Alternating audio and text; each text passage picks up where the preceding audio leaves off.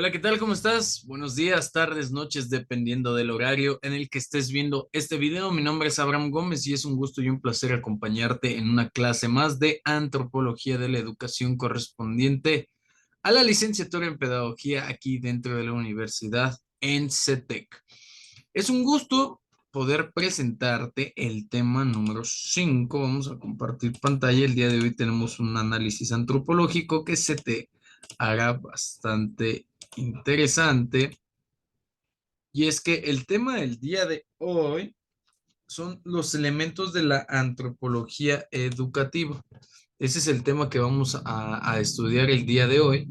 Y es un tema, aunque es corto, y aunque pareciera de sentido común, es un tema que nos va a dar pauta al estudio de, este, de la siguiente unidad, el tema número 6, la educación como transmisión cultural. Por eso este tema yo te invito a que tengas a la mano, pues ahí lápiz, cuaderno, hojas, tinta, como sea que se te haga fácil escribir, para que podamos pues darle una mejor, un mejor resumen a la clase el día de hoy.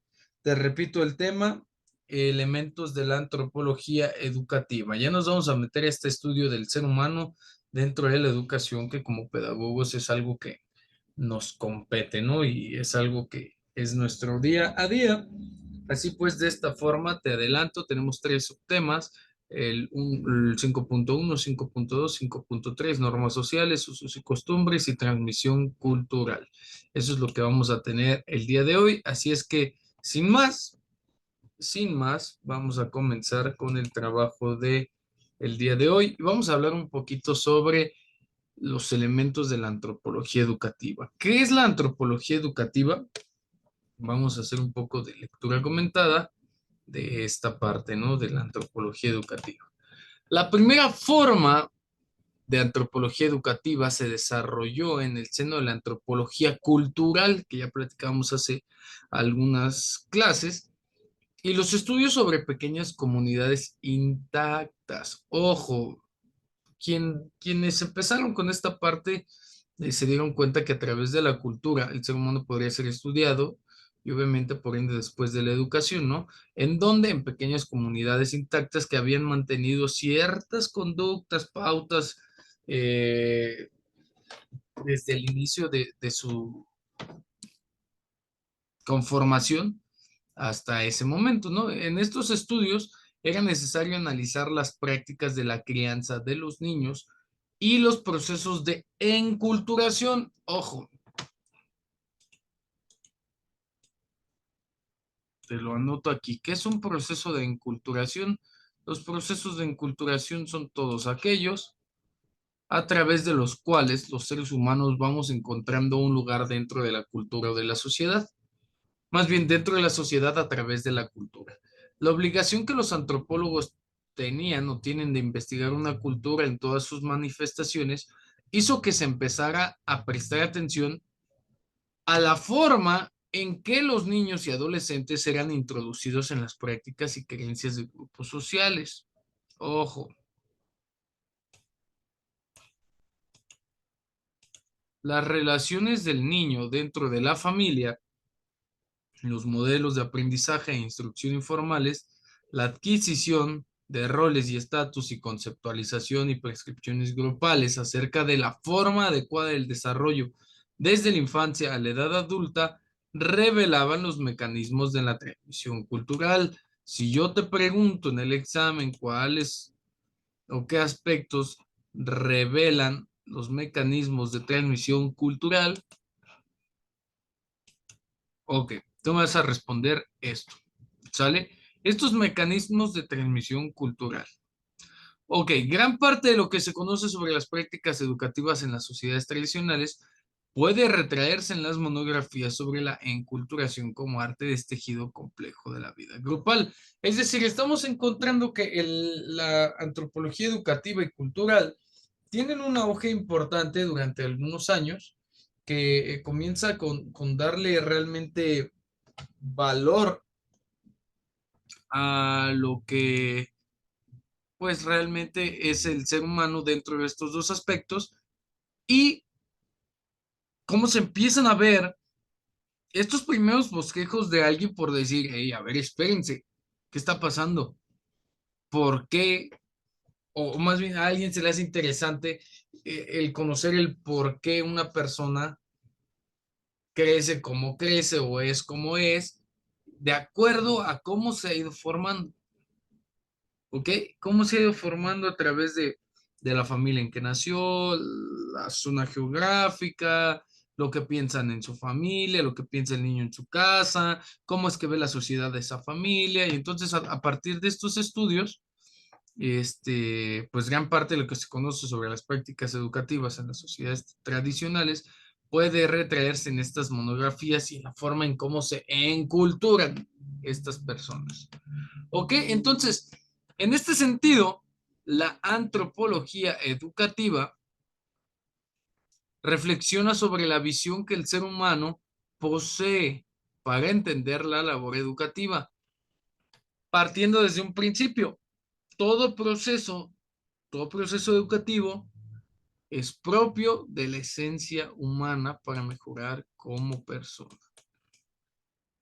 Si yo te pregunto qué ciencia, qué disciplina, eh, nos dice que todo proceso educativo es propio de la esencia humana para mejorar como persona, tú me vas a decir antropología educativa. ¿Sale? Podría ser pregunta de examen, podría ser que no. Aquí te la dejo. Voy a borrar un poquito esto y voy a pasar hacia adelante la imagen porque quiero que la veas.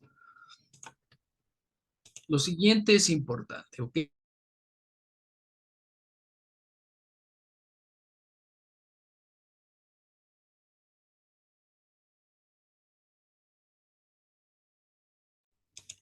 Listo, vemos la imagen.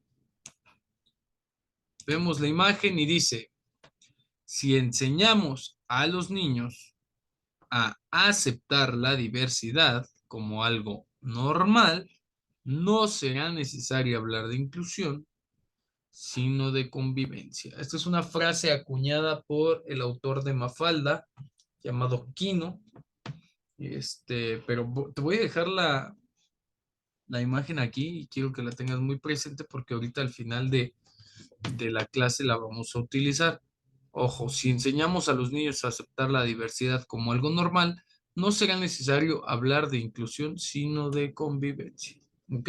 Vámonos a la siguiente diapositiva porque, ay, ya se me pasó aquí uno. Permíteme tantito. Bueno, me sigo y vamos al siguiente tema, ¿no? La antropología de la educación tiene ante sí la intangente tarea de unificar el pensamiento filosófico antropológico, es decir, hacerlos uno. Con todo el material empírico que aportan las antropologías regionales, es decir, el estudio de los seres humanos a través de pequeños segmentos, ¿no? De la sociedad. Dicha tarea integradora tiene como objeto la propuesta de modelos antropológicos plurales, es decir, de modelos de estudio que puedan ser un poco más aplicables a cierto tipo de sociedades o cierto tipo de comunidades. Y es que la antropología pedagógica nos acerca realmente al estudio del ser humano en cuanto es educable. Ojo, porque esto puede ser pregunta de examen. Déjame regreso un poquito.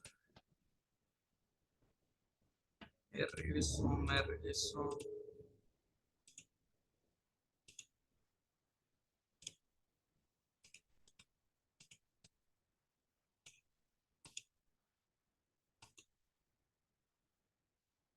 Listo.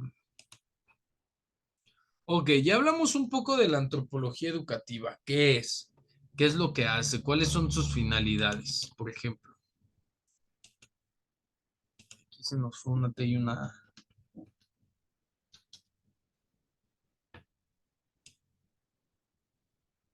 Sale, pero aquí te subrayo la finalidad. ¿Ok? Entonces, en este sentido, ¿cuáles son los elementos de la antropología educativa? Son tres.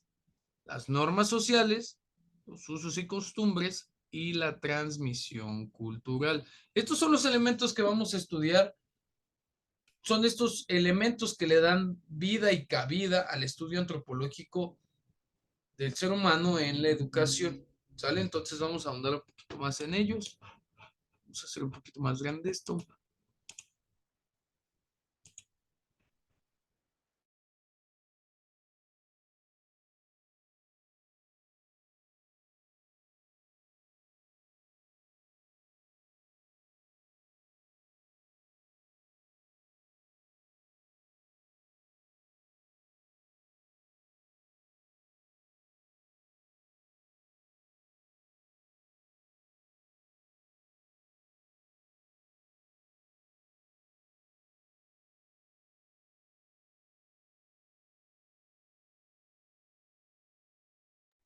Ok, listo, un poquito de fallas técnicas, pero todo listo.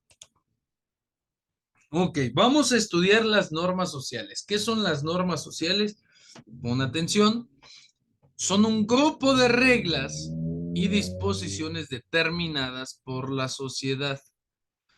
Grupo de reglas, normas sociales, grupo de reglas y disposiciones determinadas por la sociedad respecto a la conducta de los individuos. Es decir, las normas sociales son creadas por y para regular la conducta de los individuos. Anótalo y anótalo bien ahí en un ladito. Se trata, las normas sociales, de consideraciones sociales, es decir, considerar en este término es analizar todos los distintos enfoques, todas las distintas variables eh, dentro de la sociedad o dentro de la conducta de los individuos en sociedad. Y esta misma sociedad nos impone como adecuadas o respetuosas estas consideraciones. Sin embargo, cuando no se cumplen estas normas o consideraciones, no constituye un delito, sino que deben seguirse para gozar de una mejor convivencia y aceptación. Ojo con las últimas dos palabras, estamos hablando de convivencia y aceptación. Las normas sociales incluyen valores, costumbres, rituales, tradiciones y conductas de todo tipo, que pueden estar más o menos cerca de las normas morales o de la tradición cultural de la sociedad. Ojo con lo que te digo, me voy a regresar un poquito en esta parte. Las normas sociales incluyen valores, costumbres, rituales, tradiciones y conductas de todo tipo. ¿Sale? Esta es la primera parte. Y la segunda parte pueden estar más o menos cerca de las normas morales o de la tradición cultural de la sociedad, porque ya estamos viendo aquí una clara división entre normas sociales y normas morales o de tradiciones culturales. Salen las normas sociales, no, su incumplimiento no causa, no es un delito. Sin embargo, tienen un sentido de universalidad. Ahorita te voy a decir por qué. Este tipo de normas, las sociales, son informales y provienen del consenso social. Es decir, que si la mayoría de personas de un sector de la población lo acepta, eh, lo hará válido, pero no lo hará formal en la medida en que uno se niegue a cumplir con estas normas, ¿no? Eh, se consideran de buen gusto de acuerdo a la población que los pone y pues dependiendo del momento se consideran o no. ¿Sale?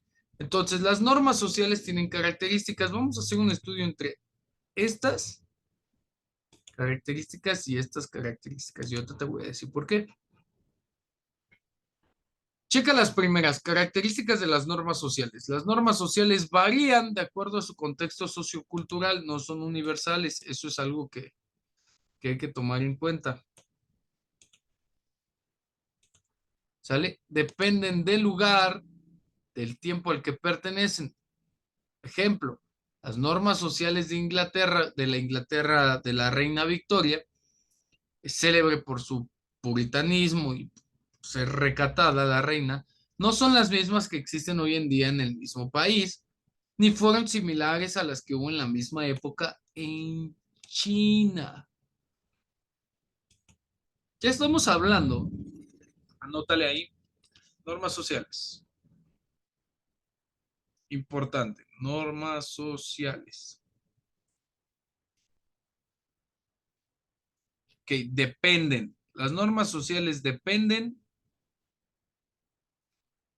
del contexto. Aquí dice sociocultural, pero yo me atrevo a mencionar que es histórico sociocultural, porque en medida que las sociedades crecen, avanzan, se desarrollan o se reinventan, a medida que este suceso existe, pues podemos encontrar dos situaciones. La primera es que si existe una jerarquía en esta sociedad, las normas sociales estarán influenciadas por la parte que esté más arriba de la jerarquía social, ¿no? Aquí nos dan un ejemplo. Y también pues están influenciadas por la naturaleza y por las civilizaciones y cómo se han desarrollado dentro de esa naturaleza. Por otro lado, el incumplimiento de las normas sociales no acarrea una sanción formal, que era lo que platicábamos, ni formal ni jurídica, pero no seguirlas puede conducir a situaciones de rechazo por algo que es políticamente correcto, es decir, algo que todo el mundo tiene el consenso de que así sea y si alguien no llega a ser como se dice, pues es rechazado o mal visto, ¿no? Ya que lo que buscan estas normas sociales es uniformar la conducta. Por ejemplo, es posible que se nos niegue el derecho a entrar a una iglesia si pretendemos hacerlo en traje de baño, porque es así como la sociedad que asiste a la iglesia lo ha dictaminado o lo ha aceptado o lo ha rechazado.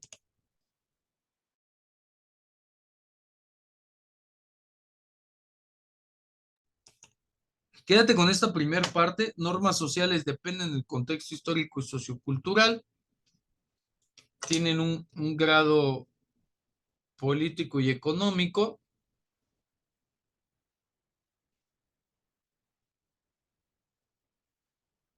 Ok. Otro tipo de normas. Quédate con esa primera parte y ahorita pasamos a las otras características. Las normas u órdenes normativas pueden ser de muchos tipos, de acuerdo a la autoridad que las emite o el espacio vital que intentan regular o controlar. Eso es muy importante, te voy a dejar aquí. Sale era un poquito lo que platicábamos en la diapositiva pasada. Existen las normas religiosas, existen las normas jurídicas y las normas morales. Estas normas religiosas, jurídicas y morales tienen aplicabilidad en los terrenos en los que su naturaleza las hace prescindibles. Por ejemplo, las normas religiosas en los lugares de culto, las normas jurídicas en los lugares civiles y las normas morales van un poco acuñadas a la forma de pensar de cada familia, de cada pueblo, de cada comunidad, de cada país. Ok, normas religiosas surgen de instituciones religiosas y regulan la vida espiritual de las personas. Son de carácter personal y voluntario. Implican la adhesión a un código o una filosofía considerada como camino hacia la salvación o elevación. Esto es importante que lo notes. Normas jurídicas provienen de una autoridad judicial o legal y son coercitivas, conforman el cuerpo de leyes con las que una sociedad se rige a sí misma. Y las normas morales, China, aquí ya me equivoqué, permíteme. Las normas morales rigen el comportamiento de los individuos de una sociedad. Dependen de lo que esa sociedad considera bueno, malo o adecuado. ¿Sale? Están más encaminadas a esta parte de las costumbres y las tradiciones, o que ahorita vamos a hablar, ¿no? Ok, por este lado encontramos que las normas sociales dependen del contexto histórico, sociocultural, grado político y económico, ¿sale? Entonces, en cuanto a características de las normas sociales, reafirmamos que pueden variar de una sociedad a otra. Sin embargo, todas comparten las siguientes características. Son universales. Voy a subrayar aquí las características.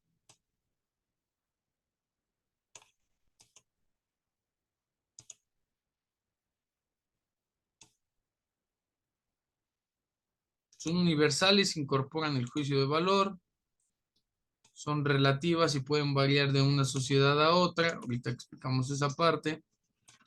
Son variables en su rango de importancia. Si no, su no cumplimiento puede generar sanciones, eso es importante que lo sepamos, y son internalizadas por los individuos del grupo. Ojo con lo que vamos a platicar. Las normas sociales pueden variar de una sociedad a otra, sí, sin embargo, comparten características generales, hasta ahí vamos todos bien. Son universales, ninguna sociedad puede desempeñarse de manera adecuada sin seguir determinadas reglas o preceptos. Es decir, tienen aplicabilidad en todos los países, estados, municipios, etcétera, pero no todos aplican las mismas, ¿sale? Algunas incorporan el juicio de valor, donde se establecen parámetros morales que viene del latín moralis, que significa costumbre, para aceptar algo como correcto o incorrecto. Son relativas y pueden variar de una sociedad a otra, determinadas por las instituciones y aparatos de poder, como los mencionábamos, por ejemplo, las normas sociales de Rusia, ahora en el Mundial, todo el mundo se tuvo que adaptar a ellas. Bueno, todo el mundo los que fueron al evento, ¿no? Pero es un poco del ejemplo, ¿no? Son relativas y bueno, pueden variar de una sociedad a otra, ya se lo platicamos. Son variables en su rango de importancia y es que el no cumplimiento de algunas normas puede implicar sanciones más estrictas que otras. Su no cumplimiento genera sanciones en cuanto a rechazo o repudio social, que es lo primero que es como no le hables. No se comporta como la mayoría. Las sanciones legales, fiscales o administrativas son algunas de las consecuencias posibles. Son internalizadas por los individuos del grupo y es que suelen volverse parte de la personalidad de los individuos. Entonces, mientras que por un lado encontramos que dependen del contexto histórico sociocultural, que tienen un grado político y económico y que depende de los que estén en la hegemonía del poder, pues es su capacidad de desarrollo. Por el otro lado, encontramos su universalidad, la relatividad de una sociedad a otra y el grado de importancia, ¿no? Eso va a ser muy, muy, muy, muy necesario que lo conozcamos porque dependiendo quién sea el líder y quién marque las pautas de desarrollo, pues ahí vamos a encontrar cómo comportarnos, ¿no? Entonces, eso en cuanto a las normas sociales.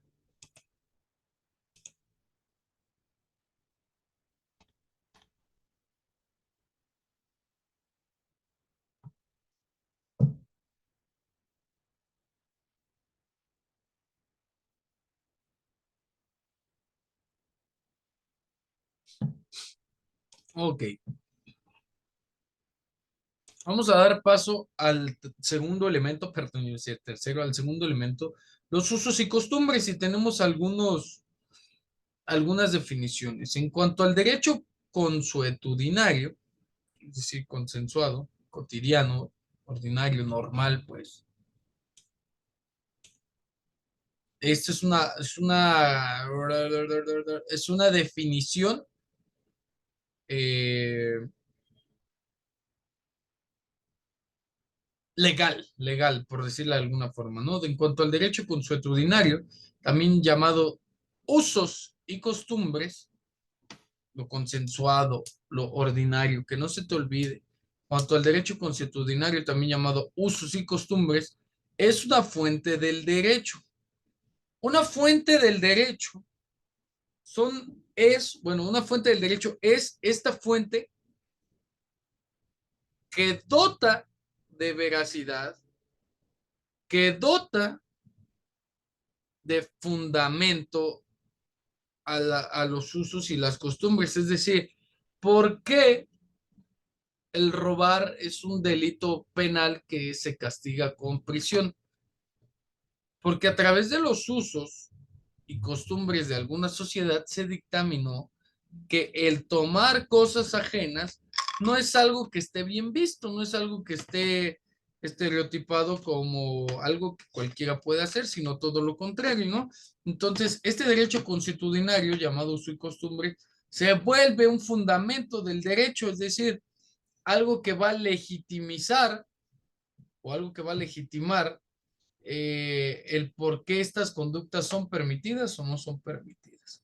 Son normas jurídicas, los usos y costumbres, son normas jurídicas que se desprenden de hechos que se han producido repetidamente en el tiempo en un territorio concreto. Tienen fuerza vinculante y se recurre a él, al derecho consuetudinario, cuando no existe ley o norma jurídica escrita aplicable a un hecho y de esta manera podemos dictaminar o resolver un caso, ¿no? Un juicio ético. El sistema de usos y costumbres es una forma coloquial de llamar a un sistema de autogobierno en México, practicado por diversos municipios de población indígena para normar la vida de la comunidad.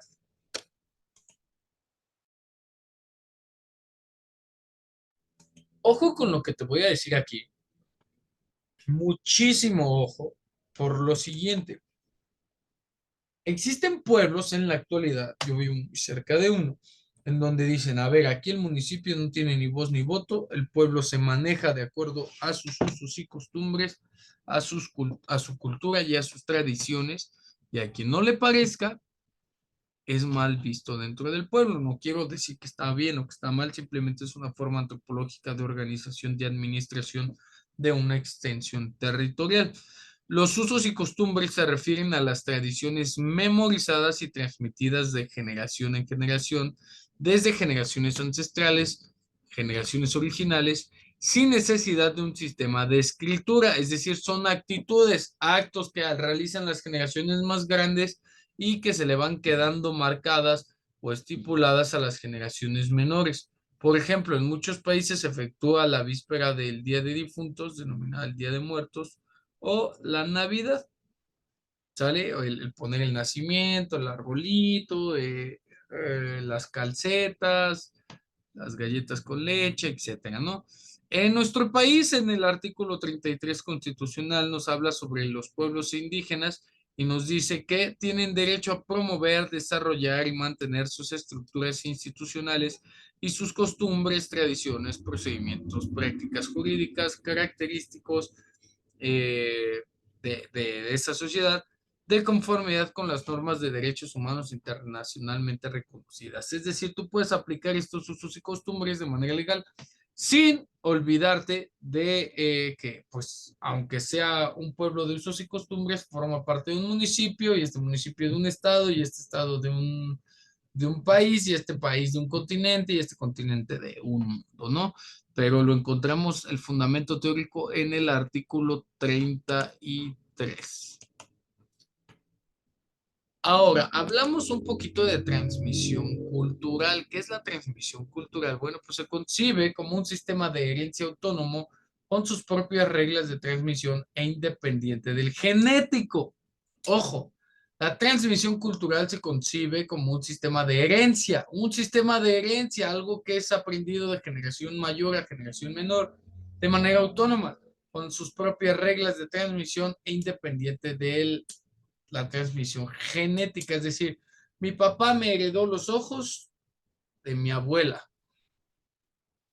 pero también esta transmisión cultural puede ser que mi papá me heredó el tono de, pues, de sus abuelos. Esto ya no es genético, sino es algo aprendido, adquirido, ¿no?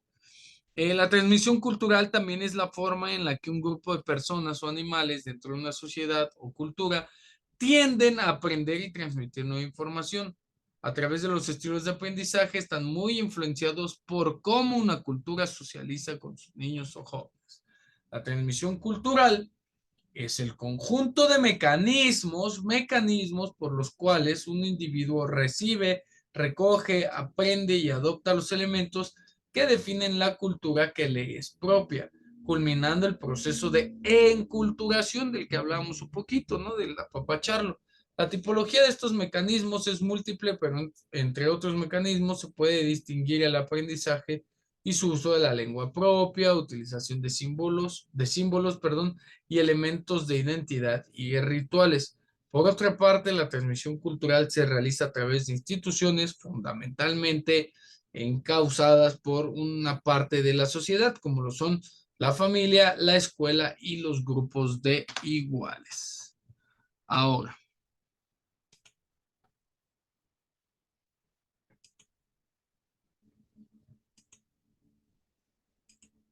esta transmisión cultural nos habla un poco de la presión del ambiente. Cosas como los desastres naturales, inundaciones o limitaciones de la tierra para cultivar son algunas de las formas potenciales que pueden conducir a adaptaciones culturales. Es decir, hijo, aquí en el ejemplo tenemos,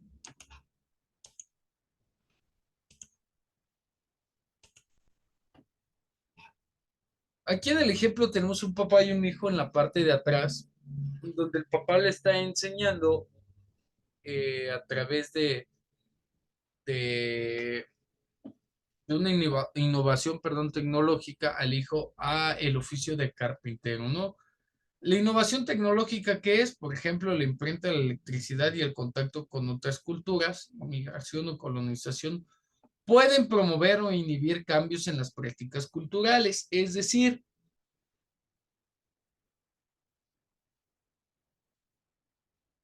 citaremos un ejemplo. Citaremos un ejemplo, ¿no? Ah, todo mundo tuvo una computadora, pero no a todo mundo se le facilitó tanto aprender a utilizar esta computadora, ¿no? Entonces, en este sentido, la innovación lo que hace es que cuando sale algún producto tecnológico, todo mundo tiene en boga o tiene fresca la manera de utilizarlo. La sociedad o los miembros de la sociedad se deben o se deberían de ir adaptando para que puedan ser funcionales en este aspecto, ¿no? De la transmisión cultural. A través de esta, los bienes y servicios pueden ser intercambiados por dos culturas, así como valores, idiomas y patrones, perdón, de comportamiento. En esta diapositiva vamos a observar tres métodos de transmisión cultural. ¿Cuáles son? Los siguientes. Innovación, lo que platicábamos. Nos alcanza la tecnología, nos alcanza el Internet y tenemos que desarrollarnos con pautas morales o culturales previamente adquiridas de una generación mayor a una generación menor y la manera en que estos le dan utilidad primero a la vida personal y después a la vida colectiva. Consideramos las transiciones del forrajeo de la agricultura a la agricultura o las transiciones más recientes del correo electrónico a los mensajes de texto, innovaciones que se han adoptado, compartido y transmitido de todo el mundo. ¿Por qué? Porque ya lo sabemos usar y ya está dentro de nuestro ADN. La difusión es material cultural, obviamente. La difusión es la herramienta de la cultura material y no material y se relaciona con la integración entre culturas y dentro de las culturas. Aprendimos antes que la cultura material se refiere a objetos tangibles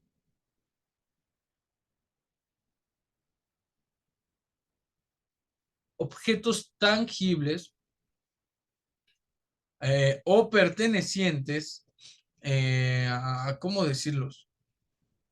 Mm, sí, pertenecientes al grupo, es decir, algo que salió del grupo, que lo puedes ver, que lo puedes palpar y que ya está previamente o socialmente aceptado. Por ejemplo, los estadounidenses de clase media pueden volar al extranjero y regresar con una nueva apreciación de los fideos tailandeses o el helado italiano. Y uno dice, es decir, que a través de la difusión o del conocimiento puedo transmitir cultura a generaciones menores. La difusión de la cultura es inmaterial cuando las normas, valores y creencias se han acelerado a medida que el acceso a la televisión e internet pues, nos ha llevado a diferentes estilos de vida o valores que retrata la sociedad a través de series de comedia, programas de YouTube, etcétera. Cada que prendes la computadora y lo ves, estás en un proceso de desarrollo cultural y de aprendizaje. Los feeds de Twitter son manifestaciones públicas en una nación, perdón, que ha alentado a manifestantes políticos en otros países. Es decir, lo que sale en Twitter para bien de nuestro país puede ser un poco mal para cualquier otro país, ¿no? Entonces, esta parte de la difusión hay que cuidar que los mensajes sean fáciles de comunicar, que tengan buena probabilidad de difundirse y que la información esté súper, súper, súper desarrollada, ¿no? Si una idea o un mensaje desafía nuestras suposiciones o expectativas, pero parece razonable, es muy probable que se comparte y se comunique, conocida como la idea mínimamente contraintuitiva, es decir, algo que la sociedad pide a gritos. Y innovación, difusión, y el último es aculturación, que es el proceso de cambio social, psicológico y cultural que ocurre cuando las culturas entran en contacto entre sí y se mezclan. No quiere decir que las dos culturas se peleen, sino que miembros de una cultura pasan a desarrollarse en otra cultura. El proceso de aculturación puede ser angustiante o incómodo, pero es parte normal de la adaptación que tiene un ser humano a cierta ubicación geográfica, ¿no?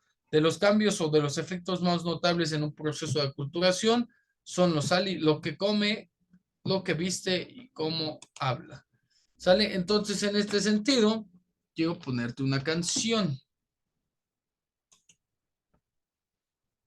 Quiero que la escuches porque vamos a hacer un análisis antropológico de esta canción.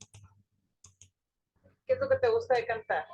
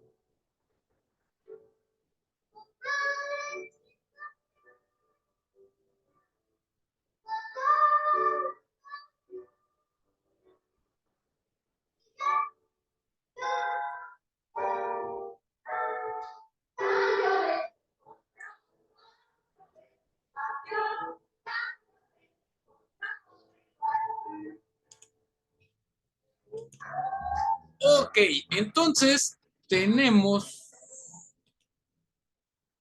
entonces tenemos lo siguiente, un poquito de la canción, un poquito de la dinámica Y eso es lo que vamos a platicar en clase. Mi nombre es Abraham Gómez y ha sido un gusto y un placer acompañarte en una clase más. Espero que tengas tus anotaciones y nos vemos en la clase totalmente en vivo.